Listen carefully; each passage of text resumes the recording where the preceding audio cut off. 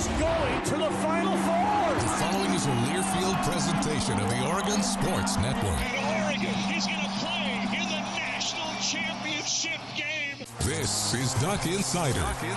These are good problems to have, right? So much success that you have more than one place to be. 5-3, touchdown, Oregon. Off a dribble, launches, and hits the three. Oregon leads. What a great opportunity it is to be able to play at University of Oregon. I'm just incredibly proud to be a part of something like this. She wants another three. Oh, three in a row. Oregon is headed to the Super Regional. Big Ten champions, your Oregon Ducks. We are so privileged and so fortunate. We get to see all these young people. We get to see this incredible growth, which is what college is all about. This is Duck Insider on the Oregon Sports Network from Learfield, presented by OnPoint Community Credit Union. People are the point. Now let's go live to the Country Financial Studio to talk Oregon Duck Athletics. Covering a lot of women's basketball from this morning. If you missed it, the Ducks had their breakfast in Indiana. We all got to enjoy some coffee with the Ducks, an 8:30 pregame with Chris Clayton. And man, postseason play is here, and it was a rough start for Oregon women's basketball. 7 turnovers before the first media timeout. They were just all kinds of out of sorts, and a lot of them were unforced. Ducks did make a run at it in the third quarter. Indiana was in a little foul trouble. Ducks were defending well. But then the Hoosiers pulled away hitting some threes, and truthfully, Kelly Graves said that the Duck defense wasn't what it was the last time these two teams played. When Oregon won a defensive, grinded-out effort against Indiana, that's how they got it done against the Hoosiers the first time in the regular season. But the number 8 seed Ducks fall earlier today, 78-62, Oregon dropping the matchup to Indiana. And it certainly felt like a home crowd listening to Chris and watching on the Big Ten Network. It felt like a home advantage. And that makes sense for Indiana, right? It's about an hour away, their campus, from where this game was being played. So the Big Ten tournament comes to a close for Oregon women's basketball, and now we see what happens. Next Sunday, we find out. Selection Sunday, not this weekend, but next weekend for the men and the women. I think the Ducks are in. I think, truthfully, I've been a little surprised to see some of the projections this morning that the Ducks have one of the last 4 byes. If you'd follow along with bracketology, you don't want to be one of the last 4 in, because then it's likely you're going to play in the first 4. But I don't know. I've been surprised that Oregon isn't more comfortably projected into the field. So what do I know? Maybe the Ducks are going to be playing in the first 4. I think the Ducks will be in. Coach Graves can break some of that down in a moment. But I think the Ducks are definitely in the NCAA tournament, even with the loss and without Elisa Mevius. But we'll see. Elsewhere, Oregon baseball is traveling today to USC. Ryan will have the call for you coming up this weekend as Big Ten play begins in Southern California for Oregon baseball. We'll hear from Mark Wasikowski, review that Tuesday game in a little more detail. We had men's basketball senior night, so didn't get a chance to review a lot of baseball yesterday. We'll do that today. And Oregon softball getting ready for another home weekend. The Ducks are at home for the Jane Sanders Classic. We'll talk about that. Oregon track and field sending 14 to the NCAA indoors. They met with the media yesterday. We have some of that for you. And then also tomorrow we'll spend a lot more time previewing Oregon men's basketball's regular season finale in Seattle against Washington at noon on Sunday. Assistant coach Brian Fish, also senior TJ Bamba. We've got them coming up on the show tomorrow. All right, women's basketball, though, dropping this one 78-62 to Indiana this morning. At the podium, Peyton Scott, Deja Kelly, and Kelly Graves postgame as the Ducks now await their NCAA tournament fate. Here's Coach Graves, Peyton Scott, and Deja Kelly. Well, first of all, I want to congratulate Terry and her team. They earned it. They deserved it. They played better than we did today. They played harder. They obviously appeared that they wanted it a little bit more than we did, and they're a really good team. I'm disappointed in perhaps our overall effort today. I thought we'd be a little bit better, but we could just never, we got off to such a slow start, a lot of those early turnovers, and just never really got into a rhythm offensively. And I think we let the way the game was flowing affect us in a negative way, and then this was the outcome. But when you look at the stats, typically we're on the plus side of the turnover battle, and unfortunately tonight we were -6. We just never got them uncomfortable, and that's why they shot it so well tonight. Peyton, what do you think kind of led to those early struggles? They jump out to the double-digit lead. I think you guys had 7 turnovers. What was something they were doing differently, or do you think it was more on you guys? I think it's just how we started. They came out, just the aggressor, and we kind of fell to that, as you see in those turnovers. And, you look at the first quarter, 23-11. That's essentially the game. We played them pretty close we won 2 of the quarters, and the fourth, it was pretty close. So I think, just coming out, mentally, I feel like we weren't locked in with what we were supposed to do, and we just let them be the aggressors. Deja, tough game for you from the field. They were really blitzing you when you got to that mid-range. What were they kind of throwing at you that was maybe making it tough to get shots off? I think obviously, they were being a little more aggressive whenever I had the ball in my hands, but I think from jump we were just pretty stagnant overall and didn't get a lot of movement. So I think we overall took some tough shots. I took some tough shots, but I think we weren't really definitive with what we wanted to do on the offensive end until late. So I think once we dug ourselves that hole in the first quarter, kind of first half, we just couldn't really find a rhythm from there. Last 2 years, you've competed in 2 of the best conferences in the country, and night in and night out, you're facing outstanding competition.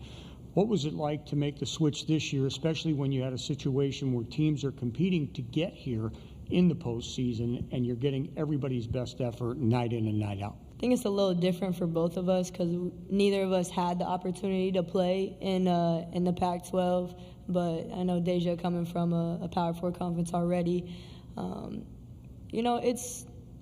You got to bring your best. There isn't going to be room for you to shy away from the moment, or for you to not be at your best, or for you to not show up. And so I think that's what it's really showed me, is you got to be at your best and you got to show up when your number's called, and when you don't, other teams are going to take advantage of that. This is obviously a great conference, and for us to get the seed that we did, we fought for it. But I think once postseason comes, it's a gauntlet. It's a gauntlet all year, but postseason you don't have any room for mistakes. You don't have any room for slow starts, and it's just a snowball effect. And I think from experience, having to come out punching, you have to be the aggressor. And we weren't tonight. We got punched early, and we never knew how to fully respond and recover. But we're hoping, and we think we will have our name called come Selection Sunday, but we just all have to know, especially with having a lot of people not have made it to postseason before. Like what Peyton said, we just have to bring it every single night. Everyone has to bring their piece, because you can't win with 1, 2 people. Everyone has to bring their piece, no matter how big or little that is. From a coaching perspective, then, your first year in the Big Ten, you go through the regular season, you come to the tournament. What were the bigger challenges in transitioning into this conference? Well, there's been a lot. The positives first. As a coach who's been in the game for a long time, I actually enjoyed going to some places that I've never been before. And, not everybody in the Pac-12 draws like they do in the Big Ten. So to be on the road and play in front of a lot of people actually is exciting and fun. There's some positives. The travel is real. We never made it an issue. We traveled, us in Washington, more than anybody. 4 trips cross country is real. And, and it gets to you, It's one of the things, the 2 days in between, I actually enjoy. In the Pac-12, we always played on a Friday, Sunday. You'd have 1 day in between games. It was a quicker trip and then a shorter trip. But with the 2 games in between, it really stretches it out. And that's a lot of nights in a hotel room and really bad food at the buffet in the morning and things like that. And with the temperatures that we see, like when we played in Minneapolis and Lincoln, I don't think it got above 0. So it's not like you can go outside and do anything, so you just live in the hotel. I think that wears on you, and that's a real thing. And we never made it an issue. I can say it now because the season's, the Big Ten part of the season's over, but there was far more good than bad, really. Obviously, great competition, really deep league. Got to bring it every night. So there you go. Those are my impressions overall. And by the way, the 9 o'clock start, people in Eugene were drinking coffee this morning when we tipped it off. And that's real, too. I mean, that's real. That's not why we lost the game. Indiana beat us. But that's tough. That's tough. They got loose. I think they hit 11 three-pointers, had almost 30 more points than when you guys faced off in Eugene. What do you attribute that to? Well, I thought they were comfortable. We never really got them uncomfortable. Right from the start, they go 5 of 10 in the first quarter, and that really set the tone. You've watched us every day. I think our last month or so, we haven't been the same defensive team. We haven't played with the same kind of fervor and toughness and intensity that we needed to and focus, and that showed up tonight. We typically turn teams over, and we didn't. If they only have 12 turnovers, that means they were able to kind of do whatever they wanted. Plus, I think you saw the flow of the game. It was kind of difficult. When everybody's getting on you, that sometimes we didn't handle the way it was called very well, and so I think there were a lot of things, quite frankly. Garzone, when we played him last time, wasn't shooting it real well. She sure did today. And every time, and I give them a ton of credit, just little things like they only had 5 offensive rebounds, only. Now, they didn't miss a ton of shots, but only 5. They scored on every single one of them, 11 points. So they made us pay for any mistake that we had. We helped off a strong side three-point shooter, and Parrish nails it. You got a freshman kind of making that mistake. And to their credit, every time we made a mistake, they made us pay. And at our place earlier in the season, they didn't. And we made a valiant effort, I think, there in that third quarter. And then we just kind of either ran out of gas or they responded in a good way. And we just never recovered after that. Let's go back to something Deja said, that they never recovered from their errors. Talk about the unforced errors at the start of the game, and what do you think might have caused Indiana's defense, lack of vision, or what? Well, I can't enumerate all our turnovers. I think we had about 7 at the first media timeout, or at least in the first quarter. They were all on different things. A lot of it was inside, our footwork inside our post. They threw a double team. We expected it, but, sometimes when you speed up a little bit more than you should, you move your feet. I think 2 of those were offensive fouls. Maybe a third was an offensive foul, illegal screen, or we just kind of ran into somebody. Those count as turnovers. And then just kind of a couple phantom passes. I would say you just got to take a deep breath, right, and relax a little bit. And it looked like we were just a little tense and played too fast, and we just weren't on balance when we needed to. It wasn't anything they were doing defensively.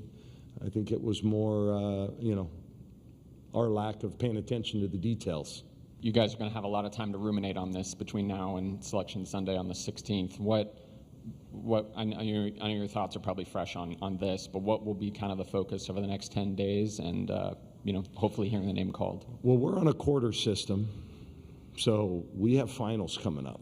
So we're going to use a few days. I'm going to give the team off at least 4 days here in a row and let them rest and recuperate and get their studies in order. Semester schools don't have to worry about that for another couple months, but we're in the thick of our winter quarter exams. But yeah, I'm not going to, fret over Selection Sunday. We've had a nice year. We've had some really quality wins. We play in a great conference. We were the 8th seed in that conference tournament. I would like to think our resume can stand up, but there's not a whole lot I can do about it now. I'm not going to go politic for it. Hopefully our conference will be doing that. This conference is really good, and I've been around the game a long time. We deserve 12 or 13 teams. We really do. And so hopefully that's what the committee will also agree with. But I'm going to take a couple days off myself, right? Work on my tan a little bit, maybe go to the desert a couple days, see the family. But yeah, we'll get right back up on the horse. We're disappointed now, but we'll get back. when you first sat down, you said maybe the Hoosiers wanted a little bit more than us today. Is that tough to say? Make that statement, or knowing this was it was a do or die? And well, I think this time of year, I've won 10 tournament championships. I've been around a long time, so I know, kind of what it takes, and I've lost a lot too. This is my 28th tournament. I always felt that, teams that want it more this time of year usually win. They play harder. They get those loose balls.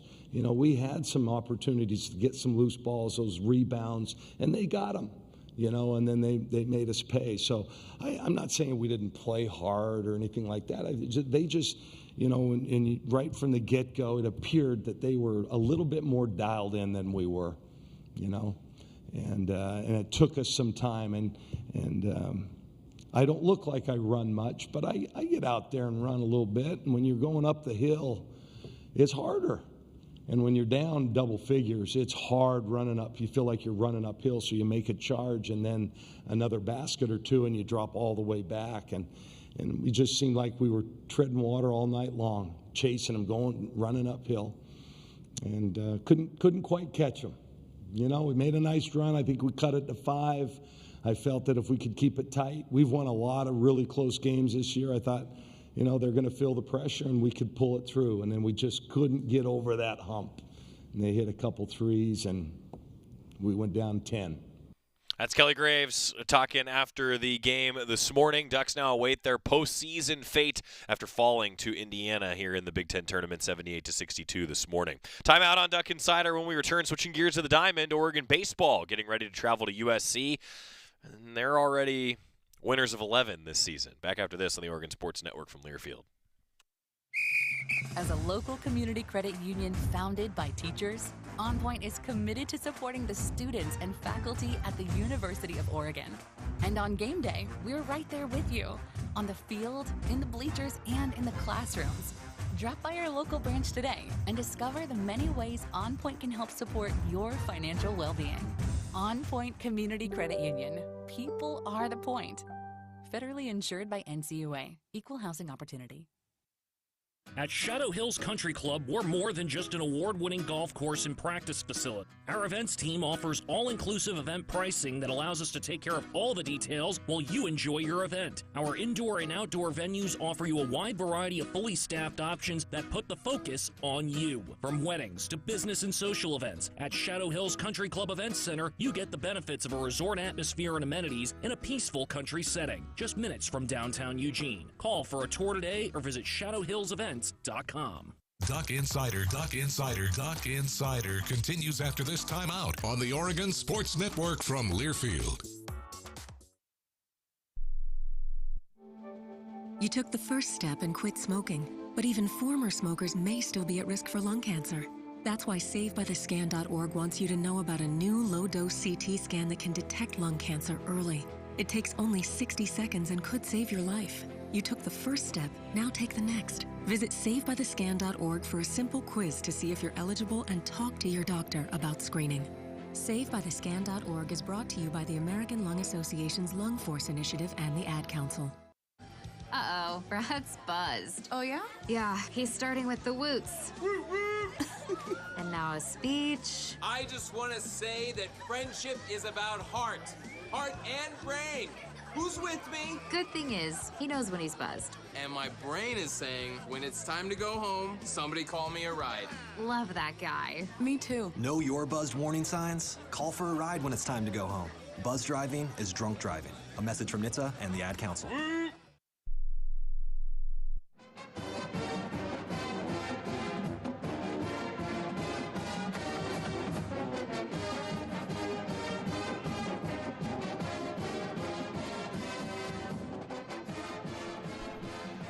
It's Duck Insider, presented by OnPoint Community Credit Union. Joey Mack here with you in the Country Financial Studio. Oregon baseball beginning conference action. It comes at you quick after the Ducks started the season with a 13-game homestand. Oregon pretty successful. Of course, you want to win every game. And the Ducks did have a couple that got away from them earlier this year, but they're now sitting at 11-2 overall. Had the one loss to Toledo, had the one loss to Rhode Island. But Oregon won 4 against Columbia. They beat Utah Tech 15-0 on Tuesday. Now getting ready to take on USC on Friday at 6:30, Saturday at 2, and Sunday at noon. Ryan's on the road. He'll have the broadcast for us here on the Oregon Sports Network. Pregame beginning 15 minutes before first pitch for every Oregon baseball game this season. That nice 15-0 win, though, wrapped up the 13-game homestand, I think, with a stamp of confidence from the Oregon baseball team. Good USC team, though. A squad that, similar to the Ducks, hasn't played the toughest schedule, but they've won a lot of games. And maybe are two of the teams, the Ducks are the preseason favorite, but are probably two of the teams to win the Big Ten over the next few years on the baseball diamond. And Oregon and USC are going to meet to open conference play coming up. Following that 15-0 win, Mark Wasikowski broke it down, also talked about what's ahead for the Ducks. Mark Wasikowski talking baseball. Back-to-back shutouts for the first time in 4 years. You've scored 7 straight in 7 games. Do you feel like you're firing on all cylinders going into conference play? We're improving. No, we're not there yet. We're improving. But still yet, it's nice to see these. It's fun being with these guys. These guys are awesome. They love to work, and we're asking them to improve every single day, and that's what they're doing. And it's just fun being in the dugout with this group. What did you make of Ian tonight? Real solid performance. He just throws strikes. He's got a lot of wiggle on the ball. His velocity was up a little bit. He's just a real competitor, and he's a lot of fun to play behind, I'm sure, for those guys.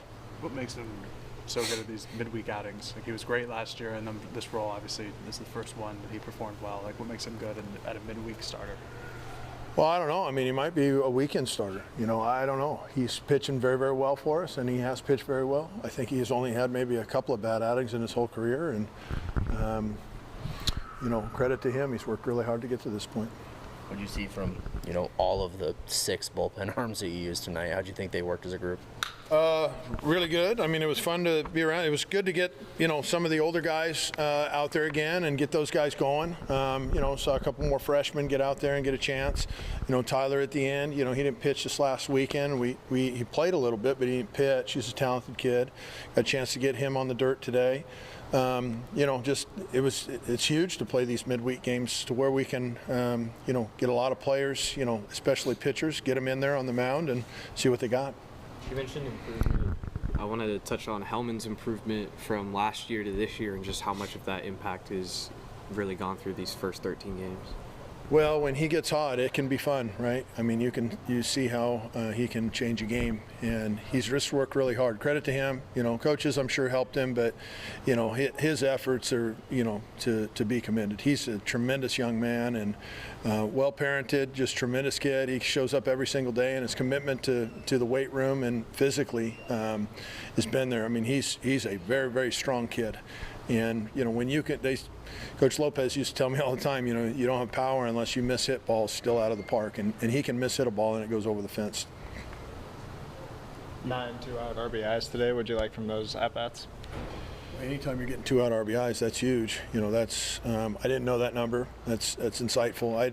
I mean, anytime you're getting that many 2-out RBIs, you usually end up winning the game, and that's critical. So, positive step forward.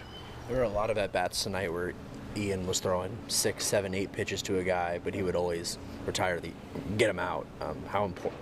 What did you see from him on those deep counts to finish off guys? Well, I mean, that was a scrappy group. In terms of fighting pitches off, they really do a quality job. You can tell that they're well coached and they have a solid 2-strike plan. That, they just don't get in there and free swing with 2 strikes. They fight you a little bit in there, and that's what they did, and that's what we saw. Are those some of the arms from Utah Tech that you expected to see in this midweek?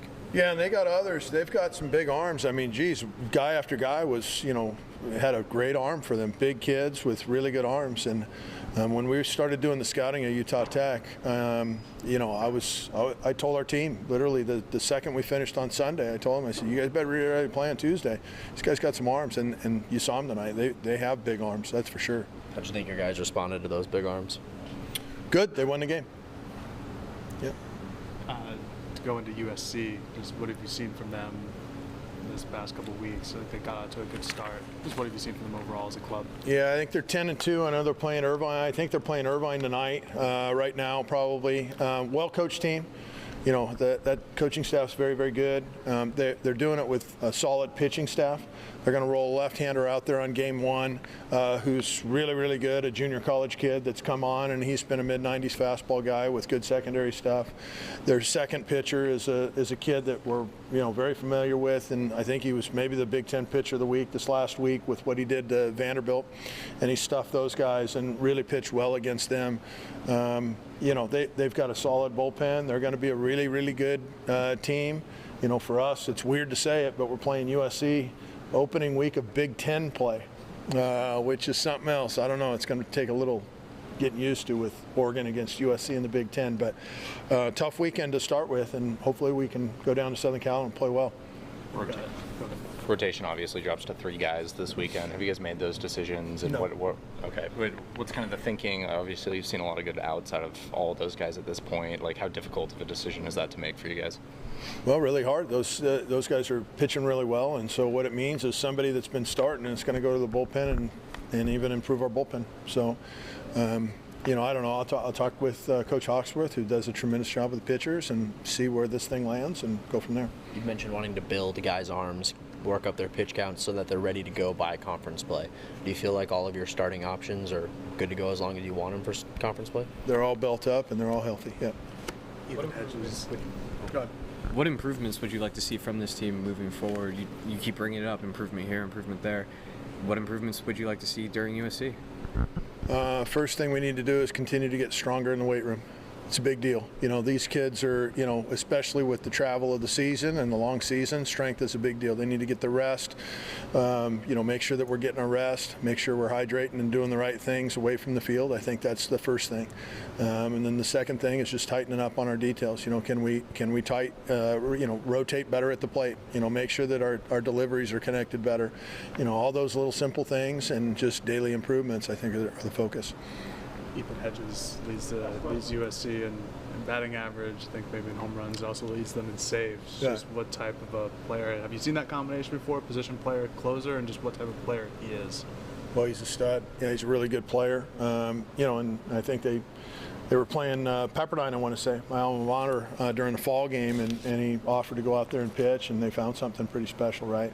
Yeah, Ethan's a good player, and he's got a good arm. He's a good pitcher, and so the best way to make sure that the closer isn't a factor is to have the lead, when you go into the ninth instead of them having the lead. So that's the best way to do it, and that'll be part of our game plan.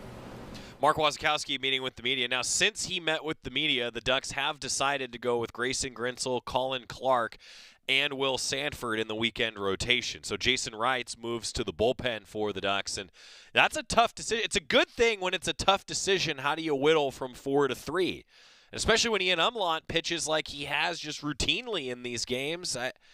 Ducks have some good options on the hill for Blake Hawksworth, Mark Wasikowski, and the Ducks. Now, it helps, though, when you're hitting 2 grand slams in a game and you're the National Player of the Week on offense. Dominic Hellman was that. We're going to talk with him when we come back. Ducks getting ready for USC. Big Ten play is upon us tomorrow on the Oregon Sports Network from Learfield. As a local community credit union founded by teachers, OnPoint is committed to supporting the students and faculty at the University of Oregon. And on game day, we're right there with you, on the field, in the bleachers, and in the classrooms. Drop by our local branch today and discover the many ways OnPoint can help support your financial well-being. OnPoint Community Credit Union. People are the point. Federally insured by NCUA. Equal housing opportunity. Hey Duck fans, at Country Financial, they make insurance easy. Whether you're shopping for home, auto, or more, their representatives will take the time to understand your specific needs and explain what options work best for you. Worry less and feel more confident knowing you're covered. Visit countryfinancial.com to get started today. Experience more with Country Financial. Auto and home insurance policies issued by Country Mutual Insurance Company, Country Preferred Insurance Company, and Country Casualty Insurance Company, Bloomington, Illinois. Duck Insider, your home for the latest news on Oregon athletics on the Oregon Sports Network from Learfield. Substance use disorder and addiction is so isolating. And so, as a Black woman in recovery, hope must be loud. It grows louder when you ask for help, and you're vulnerable. It is the thread that lets you know that no matter what happens, you will be okay. When we learn the power of hope, recovery is possible. Find out how at startwithhope.com. Brought to you by the National Council for Mental Wellbeing, Shatterproof, and the Ad Council. Put your phone on D&D. That means that do not disturb when you're driving. And when you're going from point A to B, I need you to stay safe, please, so always sing with me. So put your phone on D&D. That means that do not disturb when you're driving. And when you're going from point A to B, I need you to stay safe, please, so always remember this beat. Don't drive distracted.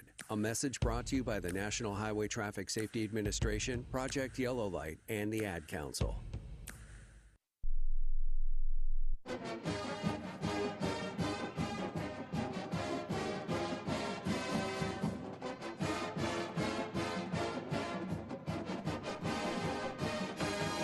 Back on Duck Insider, presented by OnPoint Community Credit Union. Joey Mack with you here inside the Country Financial Studio. You know, Dominic Hellman has just been off to a ridiculous start to the season. You start to think about what he has done. He was already named the National Hitter of the Week, according to the National Collegiate Baseball Writers Association. That's after he set an Oregon record, hitting 2 grand slams in a game, had 8 RBI. First time that a Duck had 8 RBI in a game since Jack Martyr, the now hitting coach for the Ducks, did it in 2010. And he really did have quite the stretch. So to put this in context, Hellman hit 5 home runs over the last week in the last 5 games, and it came over a span of just 20 at-bats and 26 plate appearances. 20 at-bats, 5 home runs in 5 games. Dominic Hellman, he's off to a hot start, and he talked with the media after that win on Tuesday. I don't know. I like to thank my Lord and Savior Jesus Christ, but my bat didn't get banged this time because I actually had a bat that had a huge dent in it. What weekend was that? The past weekend. And John came up to me and was like, hey, your bat got banged, so you're going to need to use someone else's. And so in that process, I can't just get one out of my locker because it has to be checked. So I was like, Stenson, dude, I'm going to need to use your bat. And he's like, go for it, dude. Get some knocks out of it. I'm like, okay. And then ever since then, it's history. Didn't try Jax's. It seems like everyone's hitting well with that stick. Ooh. Now I have to pass him out. How does one create a dent in a metal bat? How does that happen? It's not on the barrel, so the dent was off my hands. So it means that I like to miss balls a little bit sometimes. So that's a huge indicator of where my swing is going and how the ball's getting pitched.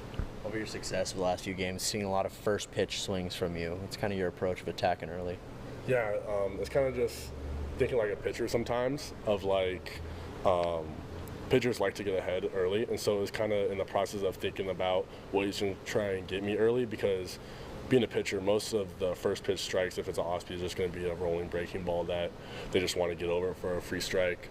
But other than that, it's just a time to capitalize and not miss anything that's given to you over the plate. That looks very good. What would you classify as your pitch?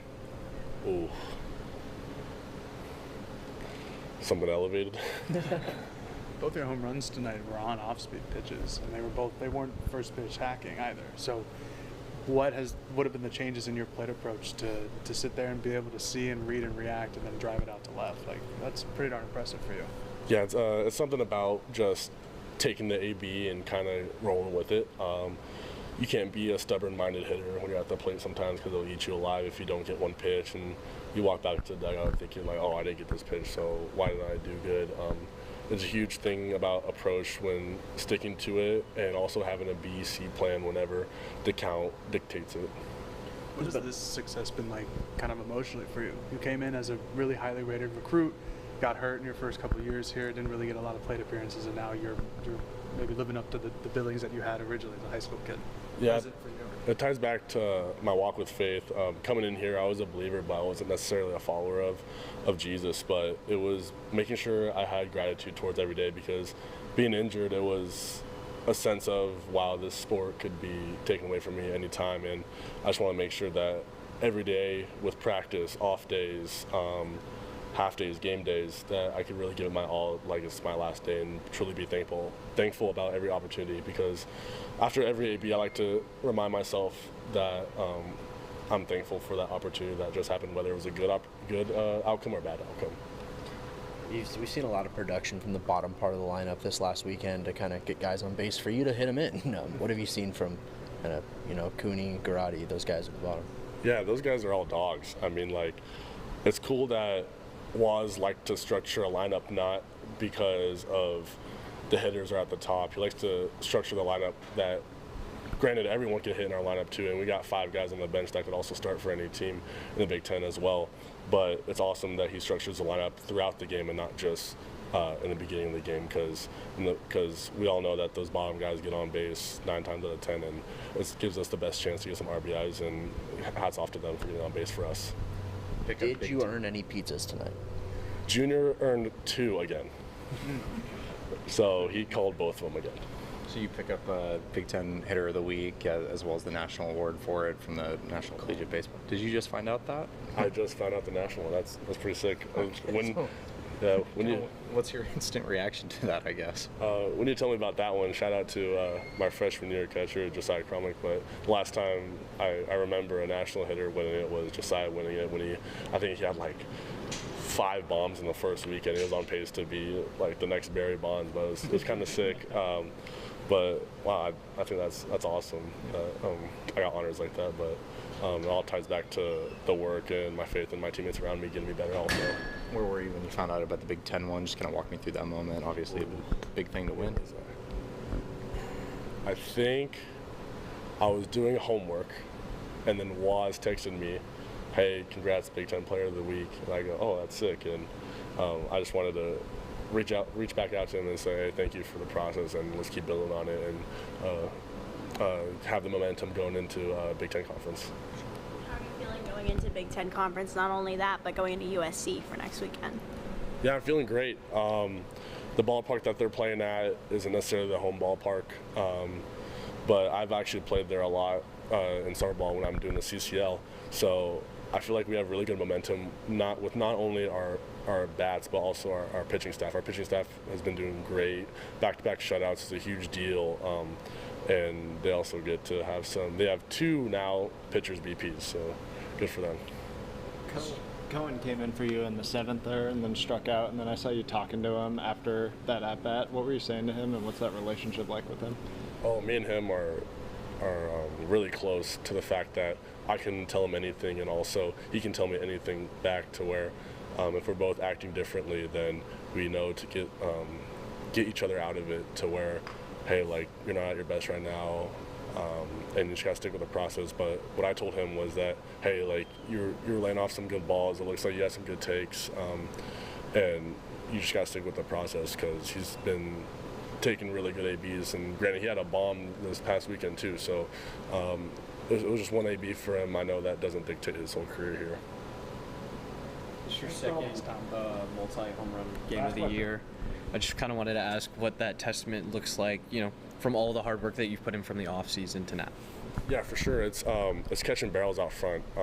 A huge part of my game was that I learned that as long as I have a good swing to the ball will fly. It may hit off the wall, it may go over, it may go to the 4-hole 110 miles per hour, but the whole thing is to make sure that I have a good swing to the ball, and eventually the ball will go out, whether it's the wind's gusting out or the wind's howling in.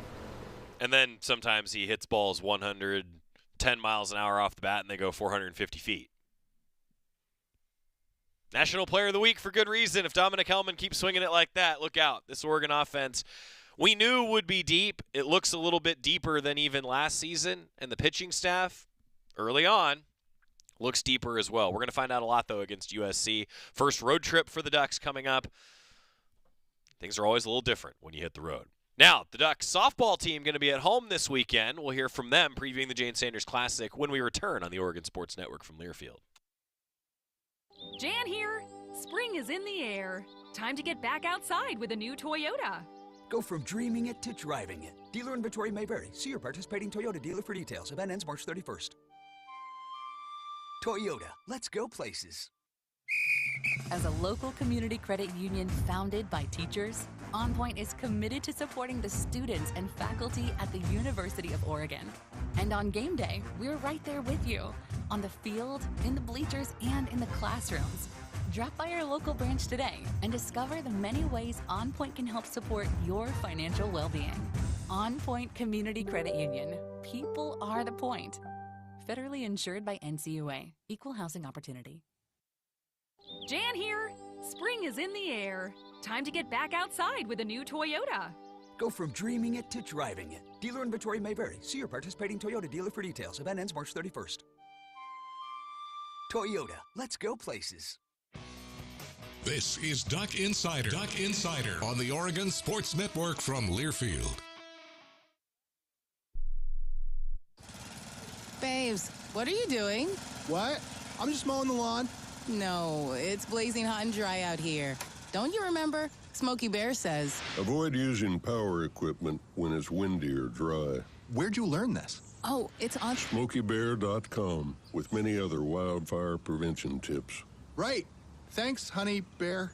Because remember, only you can prevent wildfires. Brought to you by the USDA Forest Service, your state forester, and the Ad Council. Are you prepared for an emergency or disaster? Because it's not a matter of if, but when. Don't find yourself saying, when the storm rolls in, my time to find a pet-friendly evacuation center will have run out. The scorching heat wave will leave me powerless to cool my insulin. I'll face a hurricane without meds. Now that's a tough pill to swallow. Let's prepare so we all have a better story to tell. Get started at ready.gov/older adults. Brought to you by FEMA and the Ad Council. I'm coming home to the place that I remember. Back to the land of my first love. Would you spread wide your arms for this wayward son? I left my heart. Another home weekend for Oregon softball as we welcome you back inside the Country Financial Studio. It is Duck Insider presented by OnPoint Community Credit Union, a big-time tournament. Florida State and Oregon State will play at 3:30 to begin the Jane Sanders Classic tomorrow before Oregon faces Florida State in a battle of a pair of top 25 teams. 6 o'clock start scheduled on Friday. It's the second game of the day at the Jane Sanders Classic. Oregon coming off an undefeated home weekend. Kai Lushar, always a menace for opposing teams, and she met with the media previewing the Jane Sanders Classic this week. Able to end off the weekend with a 3-hit day. Just felt like kind of the weekend was building up a little bit. You were putting good contact on the ball, but finally able to get some hits down. So just, how did you think you progressed throughout the weekend? I thought I was having a good approach all weekend. I wasn't getting the result I wanted, but I was content with my process. So, it is what it is. In particular with being a leadoff hitter, it's not always about the hits, it's just getting on base. Is that kind of your mentality, or, what do you really strive for? What's a good at-bat look like for you? Yeah, get on base however I can, whether it's a walk, hit by pitch, hit, any way I can get on base, I'm trying to get on. You talked about being a leadoff, or you mentioned being a leadoff hitter. Behind you, 2 through 8 is a very deep and formidable lineup. What's it like as a leadoff hitter, being the table setter and knowing you've got a lot of girls behind you with a lot of pop, and that could bring home a lot of runs? Yeah, it's relieving. I know my job is to get on base so then they can hit me in. But if I don't get on base, they can do it themselves. So it's relieving, honestly. One of those people has been Kedri. She leads the team in batting average. She's approaching 500 right now at the plate. How have you seen her grow, and what's it like just seeing her thrive at the plate so far? Yeah, she's grown in so many ways. Mentally, physically, hitting, defense, all around her throws, everything that she does, she is extremely disciplined. And it's just so cool to be able to grow up with her. And she's my best friend. So for her to finally get the success that she's worked for, it's indescribable. And you mentioned staying in your process. How has that changed as someone that was a contributor basically from the moment you got here to now to this point? How has that evolved for you and changed going into the season? Doing my job, doing the best I can also to bring out the best in others. When maybe I'm not getting on base, there's other things that I can do to add value to the team. So we heard from Elise to start and just talked about the depth of the pitching staff too in comparison to the lineup as well. What's impressed you about their performance top to bottom, and how difficult is it to face them in practice as well? It's insane. Like, they make us look so foolish. We've just been talking about how we can't wait to see what they do to other teams before season started, and starting to see them really settle in has been super cool. I mean, I feel like we're just at the tip of the iceberg too. Like, they have so much like talent, and I can't wait for this weekend for them. You guys have stolen a lot of bases, and I've noticed that when you guys end up at second or third base, you guys give a little signal. Can you just talk about that? What's the background behind that, and why'd you guys pick that for the season? Do a little gymnastics action.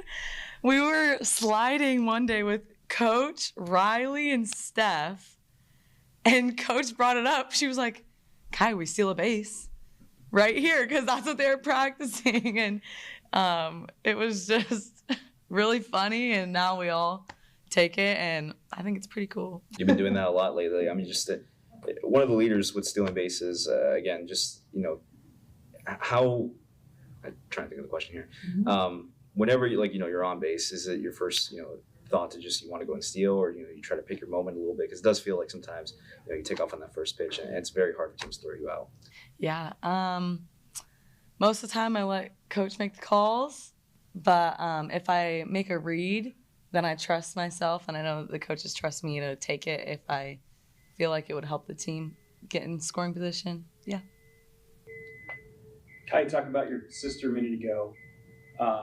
She hit the weekend. She had, she hit 714. That's hard to do in batting practice, let alone in games. Have you seen anybody get in a groove like that, where she's just stinging the ball and get on base all the time? Yeah, she used to do it in high school all the time. It was no surprise to me. It was not if, it was when. So I'm excited to see what she does this weekend too. Another home matchup for the Ducks coming up, and a big one against Florida State. And continuing on that conversation point, Coach Lombardi meeting with the media as the Ducks get ready for another homestand. Should be a great weekend, by the way, at the Jane, too. Coach Lombardi breaking down the Jane Sanders Classic. So Kai just talked about creating, traditions like that, and it really brings this team together a little bit. I mean, how much of that in the offseason do you kind of try to develop, and what does it do for a locker room overall when something like that happens out there and they have something they can do that can remind them of that moment? I just think the connection, I think it just brings us closer together when we have things that we're doing that we have a good time with, and can go back to. Like, it just started off as a joke, and then just kind of they got on fire with it, and it's hilarious. I think they laugh more at pictures of themselves doing that than anything else. So I think it's good. I think it's a good connection piece. I think the most important thing for this team is that we are enjoying what we're doing. We are having a good time. We're in knowing that we're in the heat of the battle, right? And I think this group does a really nice job with that. How do you balance that? Or how do you, as a coach, what do you tell the players to balance that between having fun but also being able to keep the intensity up during their game? I think just through all of our practices, our talks, our retreats, we are able to kind of create like a blueprint of expectations and how we want to go about things. And you can get caught up in all the stuff that you want to do, and then you're so worried about doing it that you're not enjoying it. And so we talk a lot about enjoying the moment, not being too caught up with it where it passes us by. And so I think that's just a part of enjoying the moment. This time last year, Mother Nature wasn't exactly compliant for the Jane Sanders Classic, but couldn't look like a better forecast this year. How excited are you and the team to welcome in a top 10 team in Florida State, renew the rivalry with Oregon State, and then welcome Abilene Christian as well? We're really excited. We've been looking, we never try to jump ahead, but this has been a weekend that's been circled on our calendar for a long time. So I know there's nothing better than playing at the Jane. It's the best softball stadium in the country. It's the best place to play. Our fans are just unbelievable. So to have 2 weekends in a row to be able to play in front of our fans has been pretty awesome. So we're looking forward to it. 15 wins in a row. Is that something that you discuss with the girls that you lean into, or say, hey, next game, faceless opponent, as we mentioned? How do you confront or not confront something like a winning streak like you're on right now? Yeah, we don't really talk a whole lot about a winning streak. We talk about what we're doing, what we've done, and then moving forward, what's next. So I think it's important to celebrate these small victories through the season. It's important. We've earned it. But then from there to move on to next. What's that whole next right thing to do? And I think our group, all of us, have done a really good job with that. I think with Stephanie Maakes, she's become kind of must-see TV every plate appearance that she has. How does she compare to past players that you've coached in terms of just the raw power that she possesses? Because it feels like at least once a game she has an at-bat that makes you just go, wow. Yeah, it's awesome to watch her just compete at the plate, and just the passion that she has for playing softball and swinging the bat, and just the energy, we're excited for what she's doing. She's excited, but she's probably one of the biggest team players that we have on this team. Like, she just wants to do what's going to be best for the team, and they all do. That's what I think is pretty cool, is just their individual successes that they are having right now. How can they do it for the team? Coach, you got one of your former assistant coaches coming in, who's now the head coach at Abilene Christian, Joe Coons. What does it mean that she wants to bring her team into here, show them the Jane, and just to have them experience that?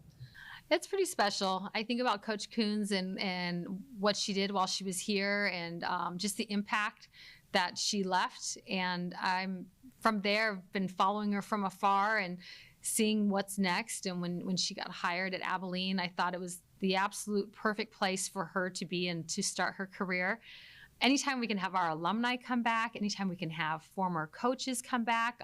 Sierra Romero was with me my first year, and she was back yesterday and got a chance to talk to the team. I think it's so important to get our coaches and our alumni to come back and just to be back in Eugene. And it's going to be different to see Joe on the other side, but I'm so thrilled that she's here and for everything that's going on for her right now.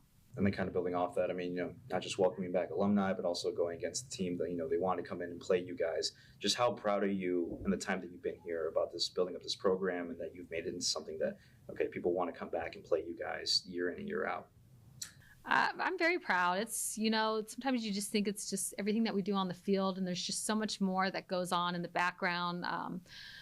I love our alumni, and anytime our alumni are here, the first thing I do is put them in front of our team and tell them to give us some words of wisdom, because they've been there, they've done that, and our athletes want to hear from them.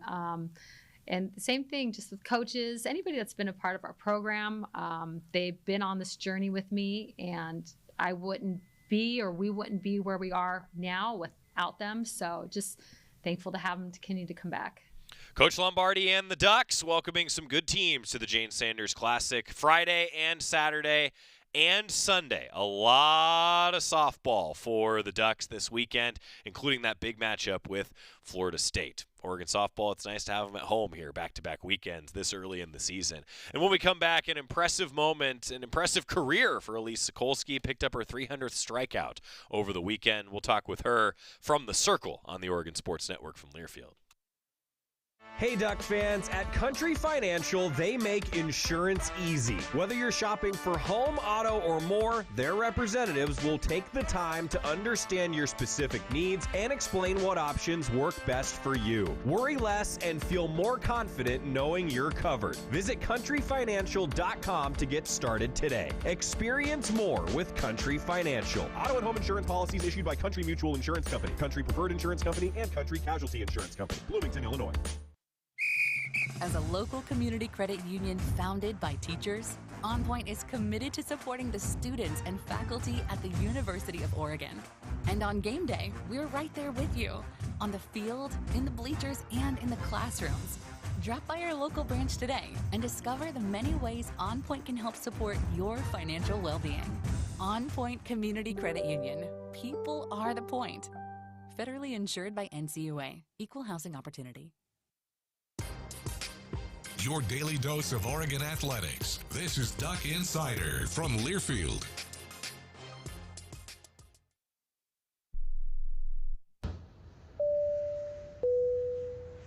This is your captain. We are going to be experiencing some slight turbulence. Please fasten your... Oh, hold on. Just got a video of my cat. Imagine the pilot of an airplane was as confident as you are texting and driving. Seems kind of crazy when you put it like that.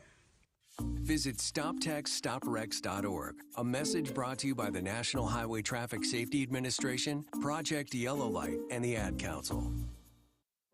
The possibility of lung cancer can be pretty scary, especially if you're one of approximately 8 million current or former smokers at high risk. That's why SaveByTheScan.org wants you to know that now there's a breakthrough low-dose CT scan that can detect lung cancer early, and it only takes 60 seconds. You stop smoking, now start screening. For an easy quiz to see if you're eligible, visit SaveByTheScan.org. It could save your life. SaveByTheScan.org is brought to you by the American Lung Association's Lung Force Initiative and the Ad Council. You know you make me wanna kick my heels up and throw my hands up and throw my head back and come on now, so good to see you real. If you're live with us in the 1 o'clock hour, we do have some afternoon lacrosse at Pape Field for you. Jess Drummond's team right now in the fourth quarter, tied with San Diego State 12-all. Ducks started the game down 5-0 and have since come back to tie it at 12. So we'll be keeping you updated on that. Also a little bit from Elise Sikolski. 300 career strikeouts is a big deal. And she and the Ducks are back at Jane Sanders Stadium this weekend. Hearing a little bit from Elise Sikolski here. I guess just on Saturday in particular, I mean, it felt like one of your better outings of the season. Just what was working well for you against the Ramblers, and just what do you feel like has been building up to a start like that, where you were able to go the full length and really dominate in the circle throughout the whole time? Yeah, I know we've talked a lot in pitching and just like softball in general, but sometimes you have to shelf everything else and just focus on the task at hand. And I feel like that was one of my priorities on Saturday. So just being able to shelf whatever else I was thinking, shelf mechanics, shelf anything else, and just go straight at them. And then kind of without Coach here, I mean, she's one of the leaders with the pitching staff. Just was anything different with you guys in the group? I mean, did you have to maybe say something to other pitchers to kind of get them going, get them to tally up a little bit, or were they all locked in? Yeah, we had really good communication with the other coaches that were here, just talking about what we wanted to do with the hitters and what we wanted to get for the weekend. So we were able to communicate that, work out any kinks, fix them quickly. So, yeah, it ended up working out well. You guys have talked about having a faceless opponent, but obviously this week you're welcoming one of the top teams in the nation. Just, I mean, you personally, just how excited are you to play in a game like this against one of the best teams in the nation, but also just a chance to compete, maybe take another step that you guys have? We didn't get all of it. I was hoping we would. That was Saul, by the way, asking questions. Voice of the softball team was there. He will have the hometown call on 88.1 KWVA this weekend, and we'll also have the Big Ten Plus broadcast on the TV side coming up for the Jane Sanders Classic. Oregon baseball on the road tomorrow as well. We'll have an update on Oregon lacrosse. They're up 13-12. See you tomorrow. I'm a pretty great multitasker. I can wash dishes and do laundry. I can roller skate while walking my dog. I can even order lunch while doing my homework. But I can't use my phone while driving.